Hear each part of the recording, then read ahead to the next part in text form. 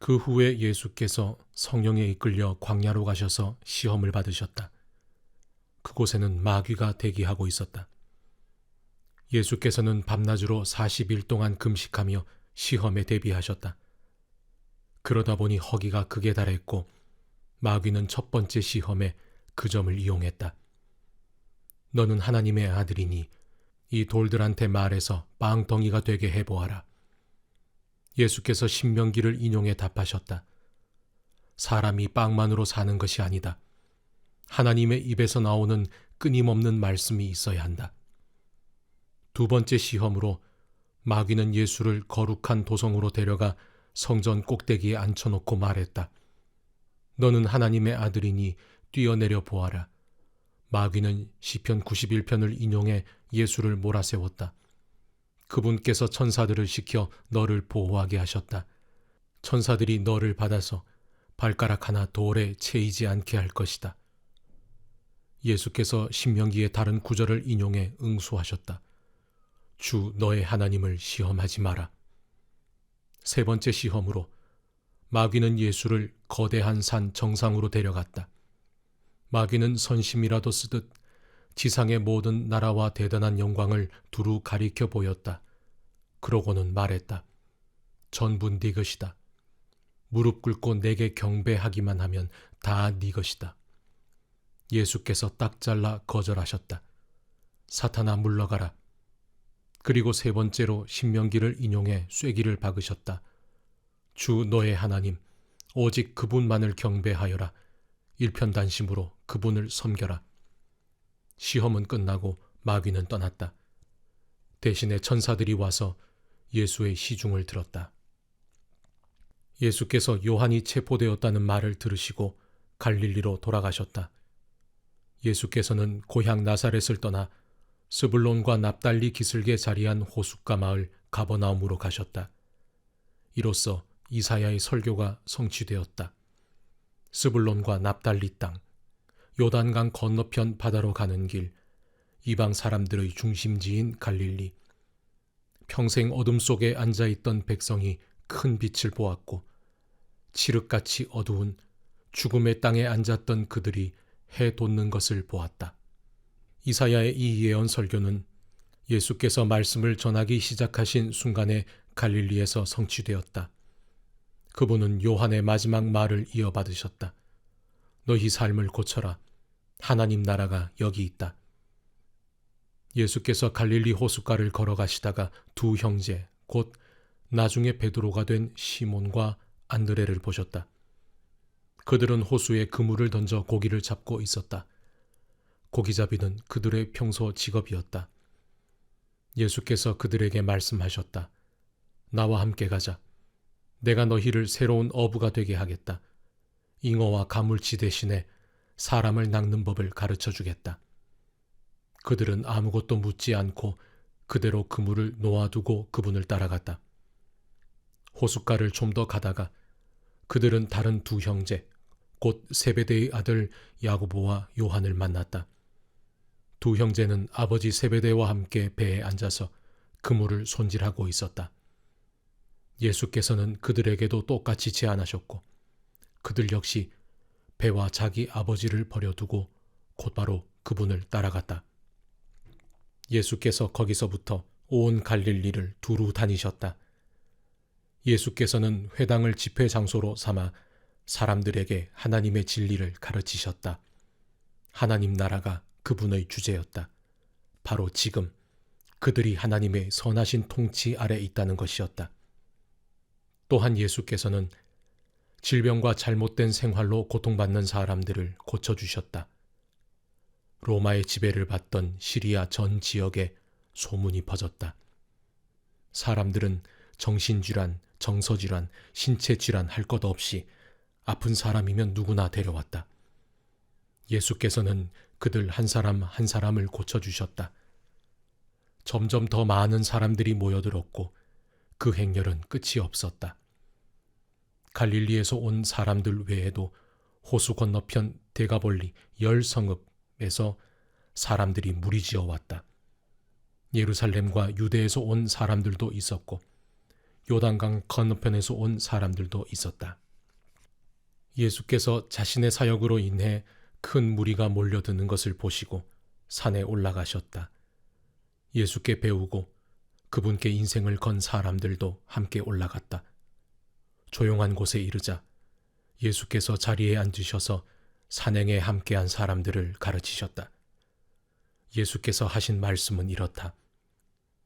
벼랑 끝에 서 있는 너희는 복이 있다. 너희가 작아질수록 하나님과 그분의 다스림은 커진다. 가장 소중한 것을 잃었다고 느끼는 너희는 복이 있다. 그때에야 너희는 가장 소중한 분의 품에 안길 수 있다. 더도 말고 덜도 말고 자신의 모습 그대로 만족하는 너희는 복이 있다.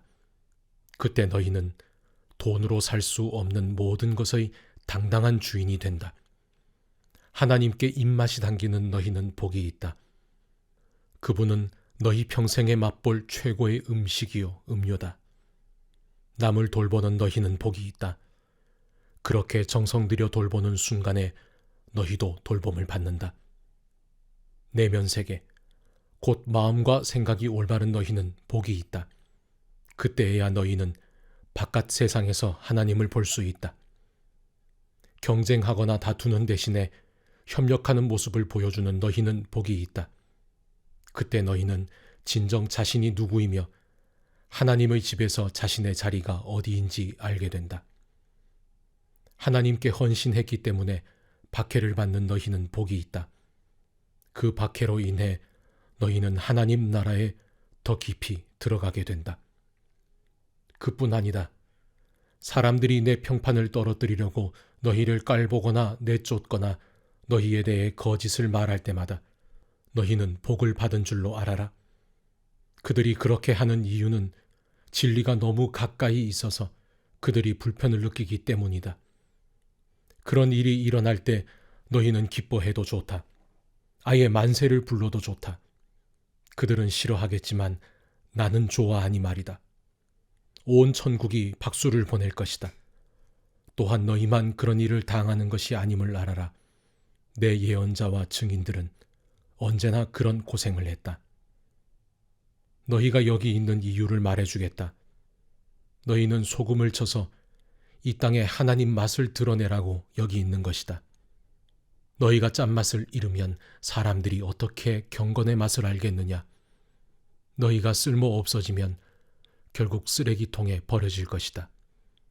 이렇게 말할 수도 있다. 너희는 빛이 되어 세상에 하나님의 빛깔을 드러내라고 여기 있는 것이다.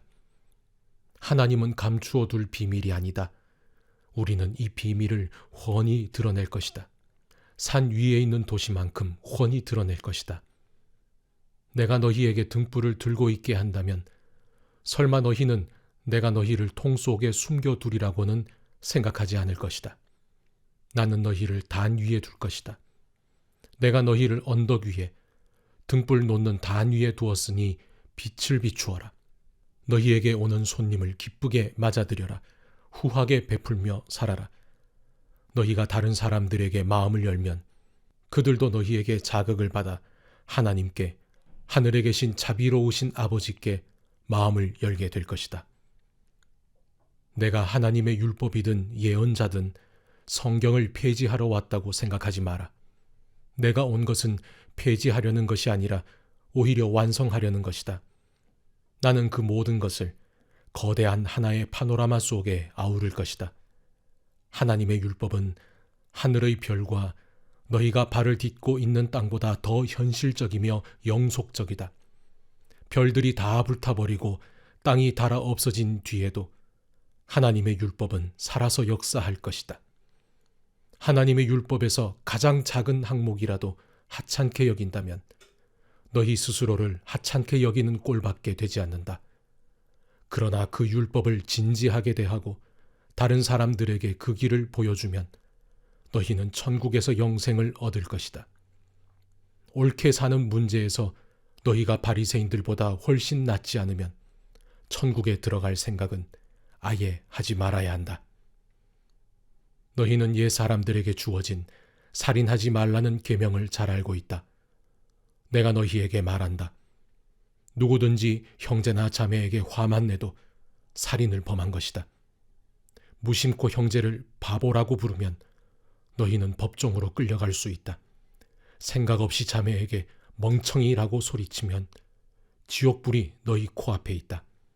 가장 단순한 진실은 말이 사람을 죽인다는 것이다.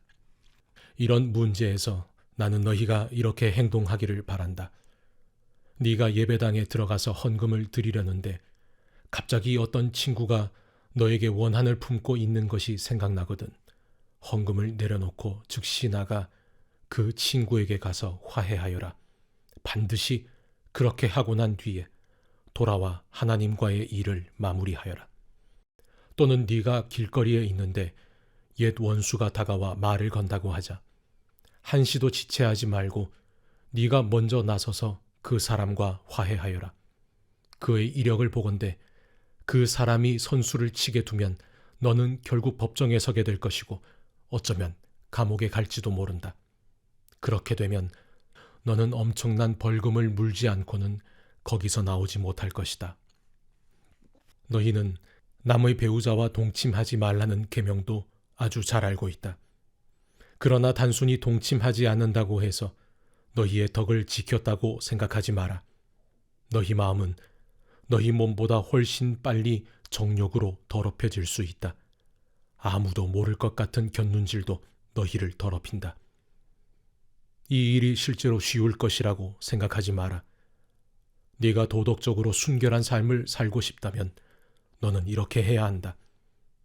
네 오른쪽 눈이 음흉하게 곁눈질하는 것을 알아차리는 순간에 너는 그 눈을 멀게 해야 한다. 한 눈으로 살 것인지 아니면 도덕적 쓰레기 더미에 내던져질 것인지 너는 정해야 한다. 또 남을 해치려고 네 오른손을 드는 순간에 너는 그 손을 잘라버려야 한다. 네 존재 자체가 영원한 쓰레기 더미에 버려지느니 차라리 피 묻은 몸뚱이로 사는 것이 낫다. 성경에 누구든지 아내와 이혼하는 자는 아내에게 이혼 서류와 법적 권리를 주고 합법적으로 하라고 한 말을 기억하느냐? 너희 중에는 이 규정을 자신의 이기심과 변덕스러운 마음을 포장하는 구실로 이용하거나 합법적인 이유만으로 옳은 척하는 사람이 너무 많다. 제발 가식은 그만두어라. 아내와 이혼하면 너희는 아내를 간음하게 만든 책임이 있다. 아내가 문란한 성생활로 이미 그렇게 되지 않은 이상 말이다. 또 그렇게 이혼한 여인과 결혼하면 너희도 자동으로 간음하는 자가 된다. 법을 구실 삼아 도덕적 타락을 미화할 수 없다. 그리고 마음에 없는 말은 아예 하지 마라. 이 권고는 우리 전통에 깊숙이 박혀 있다. 기도해 주겠다고 말하고는 기도하지 않거나 마음에도 없으면서 하나님이 함께 하시기를 빈다고 하며 경건한 말로 연막을 치면 상황이 더 악화될 뿐이다. 종교적 장식을 멋지게 단다고 해서 너희 말이 진실해지는 것은 아니다. 너희 말을 거룩하게 할수록 그 말의 진실성은 떨어진다. 그러면 그렇다, 아니면 아니다 라고만 하여라.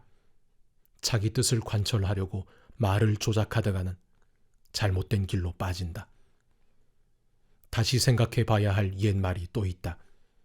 눈에는 눈, 이에는 이라는 말이다. 그렇게 해서 문제가 해결되겠느냐? 내가 하고 싶은 말은 이것이다. 절대로 되받아치지 마라. 누가 너를 치거든 그 자리에 서서 맞아라. 누가 너를 법정으로 끌고 가서 네 셔츠를 달라고 소송하거든 네 가장 좋은 외투까지 잘 포장해 선물로 주어라. 그리고 누가 너를 억울하게 이용하거든 종의 삶을 연습하는 기회로 삼아라. 똑같이 갚아주는 것은 이제 그만하여라. 너그럽게 살아라. 너희는 옛 율법에 기록된 친구를 사랑하라는 말과 기록에는 없지만 원수를 미워하라는 말을 잘 알고 있다. 나는 거기에 이의를 제기한다. 나는 너희에게 원수를 사랑하라고 말하겠다. 원수가 어떻게 하든지 너희는 최선의 모습을 보여라. 누가 너희를 힘들게 하거든 그 사람을 위해 기도하여라. 그러면 너희는 너희의 참된 자, 하나님이 만드신 자아를 찾게 될 것이다. 하나님도 그렇게 하신다. 그분은 착한 사람이든 악한 사람이든 친절한 사람이든 비열한 사람이든 상관없이 모두에게 가장 좋은 것, 해의 온기와 비의 양분을 주신다. 너희가 사랑할 만한 사람만 사랑하는 것이 고작이라면 상급을 바랄 수 있겠느냐? 그것은 누구나 하는 일이다. 너희가 만일 너희에게 인사하는 사람에게만 겨우 인사한다면 상급을 바랄 수 있겠느냐? 그것은 죄인도 흔히 하는 일이다. 한마디로 내 말은 성숙한 사람이 되라는 것이다. 너희는 천국 백성이다. 그러니 천국 백성답게 살아라. 하나님이 주신 너희 신분에 합당하게 살아라.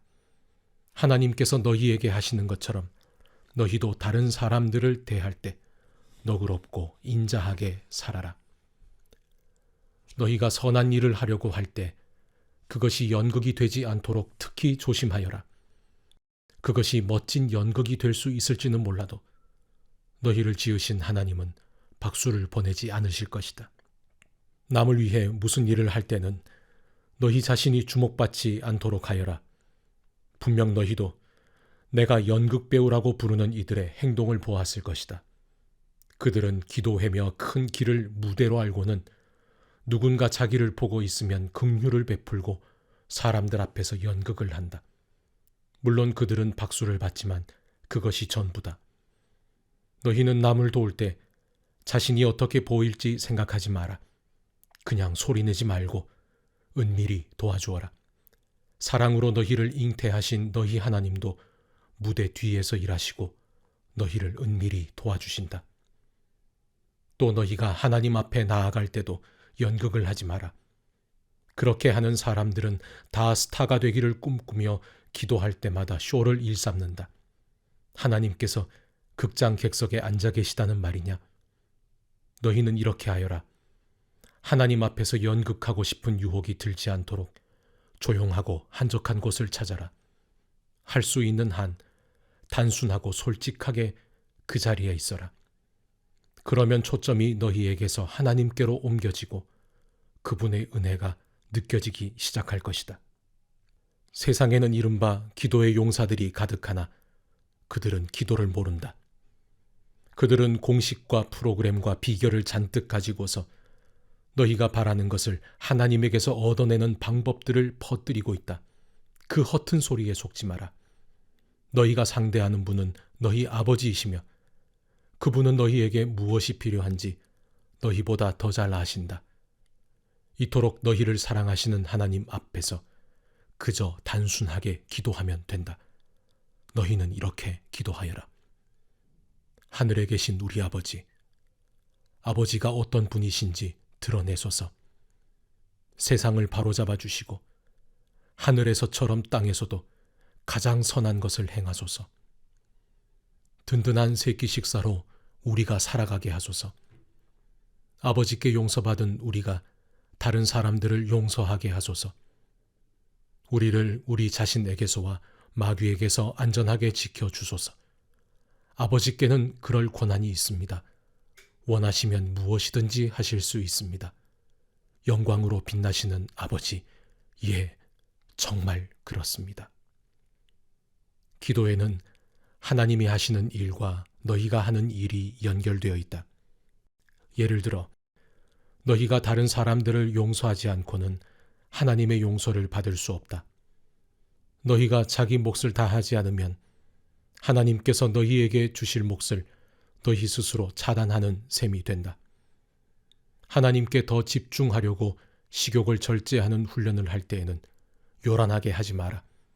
그렇게 하면 조금은 유명해질지 모르나 거룩한 사람으로 변화될 수는 없다. 너희가 내면의 훈련에 들어가려거든 겉으로는 평소처럼 행동하여라. 머리를 감아 단정하게 빗고 양치질을 하고 세수를 하여라. 관심을 끌려는 수법은 하나님께는 필요 없다.